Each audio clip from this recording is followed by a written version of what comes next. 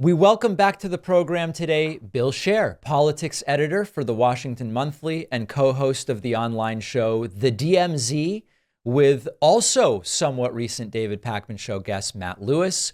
Bill, let's start with the Washington Monthly article, No More Bloodbaths, or How to Avoid Stupid Debates Over Trump Semantics. So, this, of course, refers to Trump's bloodbath comment about if I don't win, it's going to be a bloodbath for the auto industry because they will sell no vehicles. My take on it was we should report honestly that as a formality, Trump was talking about the auto industry, but it's also reasonable to include in our analysis his references to violence as a solution to political problems and the violence he's incited in the past, and that it's not problematic to include that as part of the analysis. But does that miss the bigger point about breaking down the language of Trump in this way?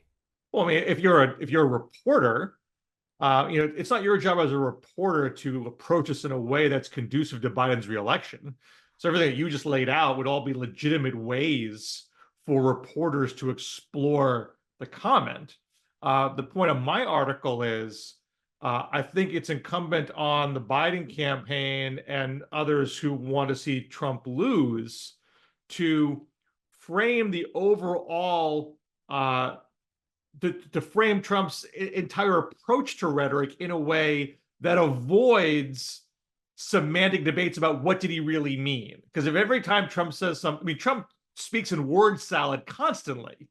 Yep. So it's pretty easy for him to say something seemingly incendiary and then the next day say, oh, that's not what I meant this, you're taking this out of context. If that's the debate we're having for the next 8 months, that muddies the waters in a way that I think is advantageous to Trump.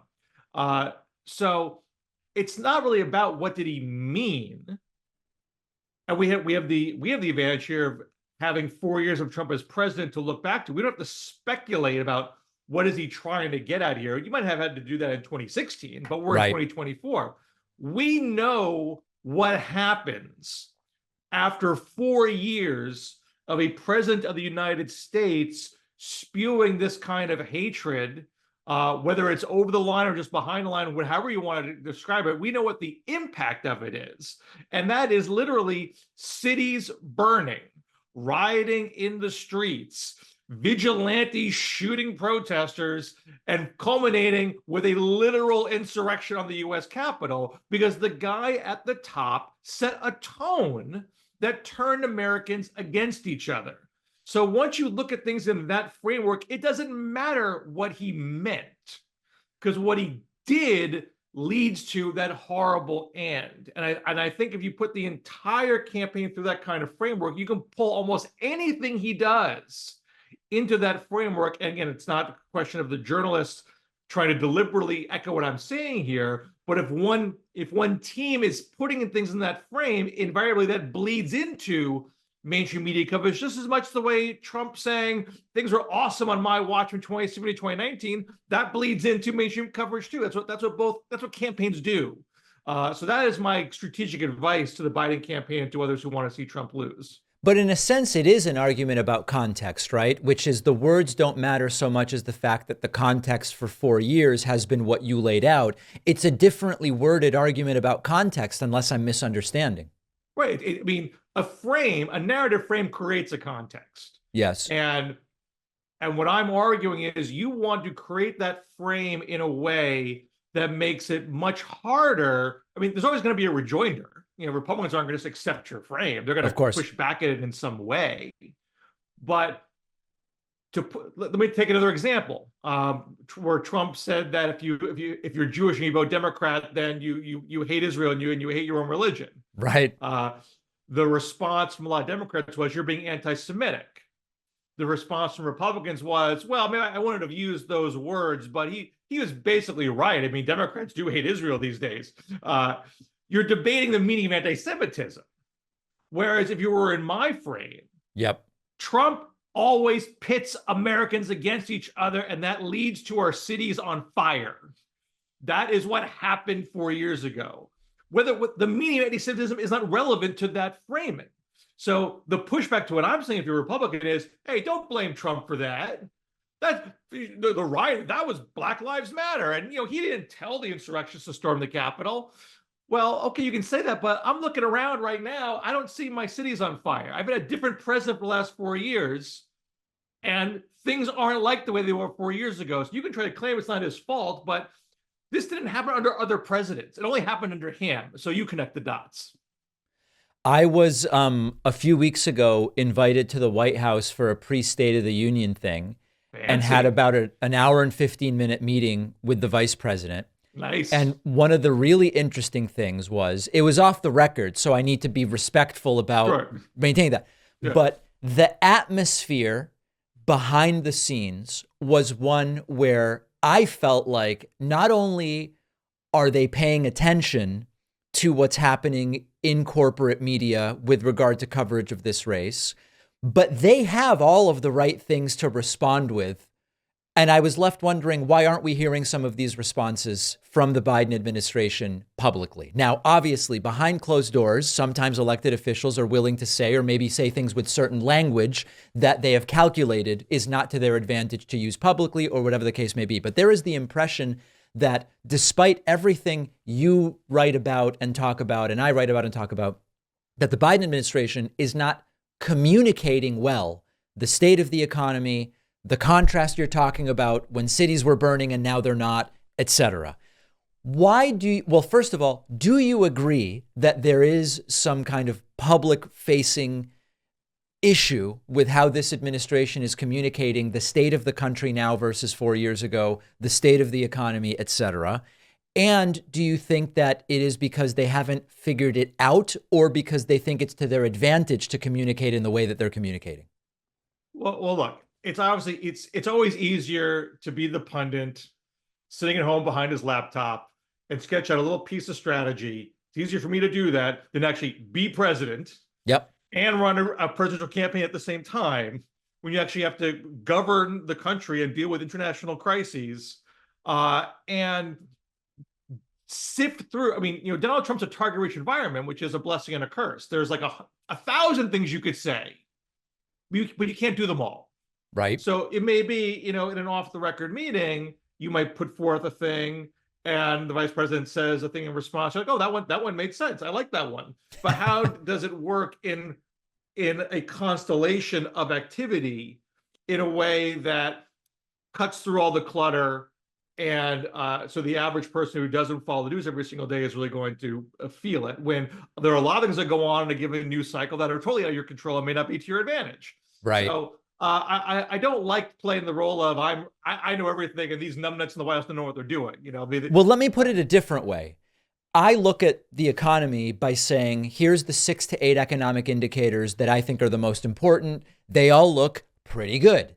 Unemployment looks pretty good. GDP growth looks pretty good. Inflation's down. Stock market performance is good. Right? I look at all these things and I go, by any objective measure, this looks pretty good. And yet I get calls from people obviously on the right, but even some on the left, who say the economy is really not doing that well. It was good under Trump, etc. Okay, so obviously it doesn't seem to be about just presenting data and economic metrics. Certainly not. Is there what would be the right way to communicate the state of the economy in an electorally advantageous way? Well, I've actually written about this. And I looked at the Reagan 84 campaign as my model. And I think you might know I'm talking about the Morning in America campaign. Yep. And what I think is really, and there are a lot of parallels here. Old incumbent president, running under an improved economy, but not a perfect economy. We might have romanticized as that, well, the economy in 1984 was just gangbusters. The interest rates in 84 were like more than double what they are today. Right. Things weren't perfect, but inflation was down. Unemployment was down, but still much higher than it was today. So like a lot of incumbents, you have to deal with a mixed record that might be better than the way things were, but still have certain elements of frustration to them, and spin that in a way that people focus on that glass half full, not the glass half empty. And what Morning in America did was, it was not a data heavy presentation. They didn't drown you in statistics. There was a little bit of it, but there was a story, there was a narrative, there was and the story was that America coming together, going back to work. You can be a young couple and get married and be confident that you can afford a new house and build your wonderful, 2.2 kid suburban American life, and it was a story that felt right because things felt better than they did in 1980 when you had stagflation and the Iran hostage crisis was going on. So yeah, I mean, but keep in mind, like there was a really sharp recession in 1982 that people were coming out of, but there were still residual effects of that. Unemployment was still elevated and interest rates were still elevated. So they had to lean into the positive part of it. And so I think Biden's campaign is starting to do this. I don't think they're hitting I don't quite yet see a narrative that is as potent as what I think Reagan did. But I think they're a little farther along in, America's, and there's elements to it. The Bible will say, we're coming together. America can do anything. We're the greatest country in the world.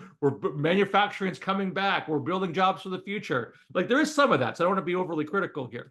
But I would like to see a clearer contrast between sort of Biden's morning in America, about how we are coming together and building things in America again, and nightmare in America. With 4 years of Donald Trump, literally our cities are on fire. I'd like to see that more clearly done, and not just in like one ad or two ads, but as a consistent theme that you do every single day. So as we are entering April, and now we're 7 months from this election, the polling is kind of a mixed bag. A lot of the polls, Trump plus Biden adds up to 85. So there's this other 15% in there that, depending on who you talk to, means different things. The predictions that I'm hearing, confident predictions about it's obvious what the outcome in November is going to be, strike me as so silly because it seems that the most likely outcome is somewhere between 300,000 and 500,000 votes in 5 to 7 states decide this election. That seems to be the most likely outcome. And it really could go either way as far as I'm concerned. I think if we look historically, incumbents generally get reelected. When the economy is good, incumbents are more likely to get reelected.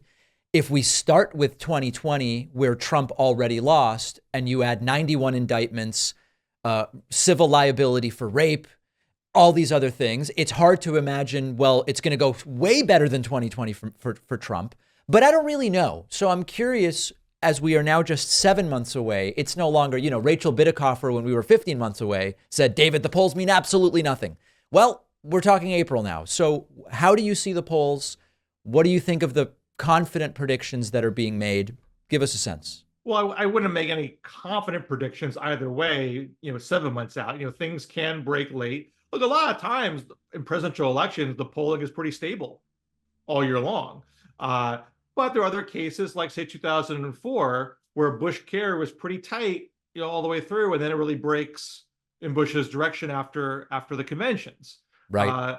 And we have other examples where, in Reagan 84 and Clinton 96, where again, the polling, they were both ahead, at this point, but there was a lag going a little farther back into the timeline. There was a lag between them getting credit for economic improvement and the metric showing improvement.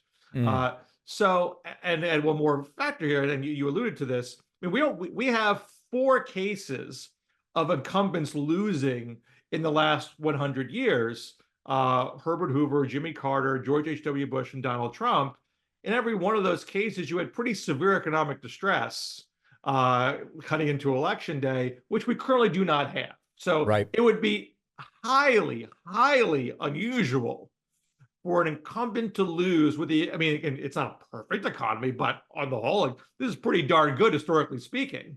You can find things to nitpick about, but GDP growing, unemployment low, wages beating inflation, real disposable income, growing. Incumbents get reelected in that environment.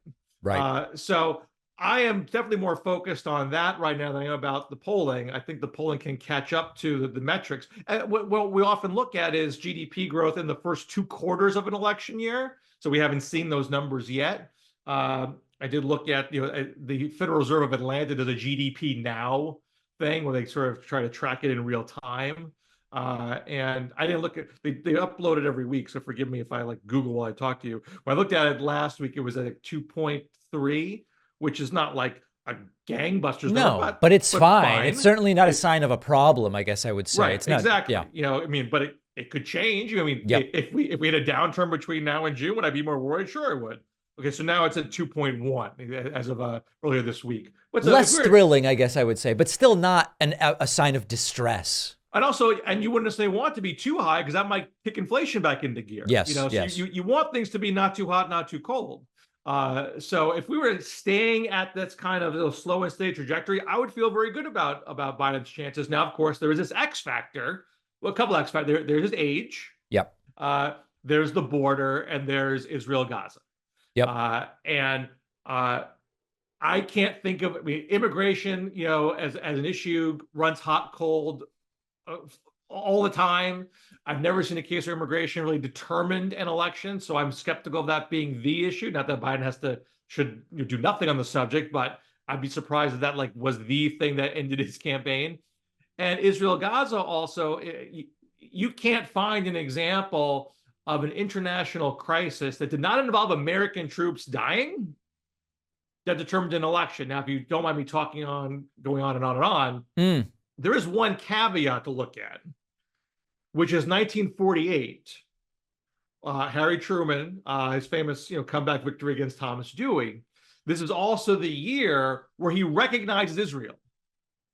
And that's in May of 1948. And it was not a slam dunk decision. His own Secretary of State told Truman, don't do that. The only reason to do it is political, because you want to get Jewish votes in New York.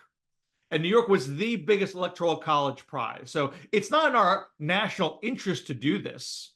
In fact, another Secretary of Defense said, look, 40 million Arabs are going to push 400,000 Jews into the sea. That's just the reality. Our interest here is oil. So do what makes sense to extract oil from this region, not help Jews. And Truman ignores all that and recognizes Israel. But there was an arms embargo in place in the region. I mean, at this point, the British are leaning towards the Arabs, not the Israelis. And the British tell the Truman administration, if you guys lift this arms embargo and try to arm the Israelis, we're going to arm the Arabs. And then the Secretary of State, George Marshall, was like, okay, Truman, okay, we didn't agree on the recognition of Israel, but for heaven's sake, don't get us in a proxy war with our closest ally. So Truman does not lift the arms embargo. Yep. The third party candidate, Henry Wallace, who was FDR's VP, became Truman's Commerce Secretary, quits because he disagrees with Truman's approach to the Soviet Union. Wallace was leaned toward the Soviet Union. He was socialistic. Some people call him a communist. A lot of the Jews in New York were socialists. Wallace campaigns in New York, October 1948, saying there's blood on Truman's hands because he's not lifting the arms embargo and arming the Israelis because they're in a war with the Arab countries at this point. He's in Madison Square Garden telling New York Jews Truman has blood on his hands. He is not a true steadfast supporter of Israel. Wallace gets 8% of the New York vote, and Thomas Dewey wins New York by 1 point.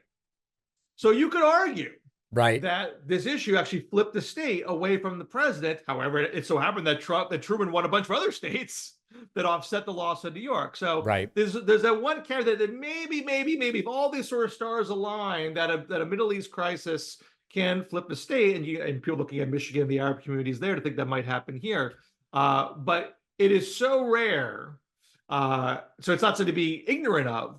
But I would still be very surprised that, again, we can't even know what Gaza is going to look like in November, how high it's going to be on people's priority list. Yep. So it's something to be cognizant of, but I do think it would be highly unusual for that to be a determining factor. And if it is a determining factor, probably there's a lot of other things going on that are bogging Biden down anyway. But those are the X factors here to worry about. But on the whole, I say economics are the biggest driver of these things, and those all point in the right direction. Yeah, and that's all. If you look at opinion polls, economics is ranking far higher than foreign policy or Israel Gaza as well, which I don't think comes as a shock to anybody, sometimes not even really showing up. Vaguely foreign policy is sometimes eighth, and some portion of that presumably is Israel Gaza. So that seems to be mirroring what you're saying. Yeah, I mean, well, look, it's not going to be the case that Israel is the number one issue. No. The question is, might it be somebody's number one issue? Such that it could flip one state. Right, exactly. And if Michigan is like on a knife's edge, yep, then maybe Dearborn can flip the state. But if by November the economy is doing well enough where it's like, you know what, Biden's really, I don't need to change horses here. Things are going all right, and Biden's up by 4 or 5 points in Michigan. That I don't think Israel Gaza is going to be the determining factor. All right. Bill Scher is the politics editor for the Washington Monthly and also co-hosts the online show The DMZ with Matt Lewis. Bill, always a pleasure. Thank you. Thank you. Take care.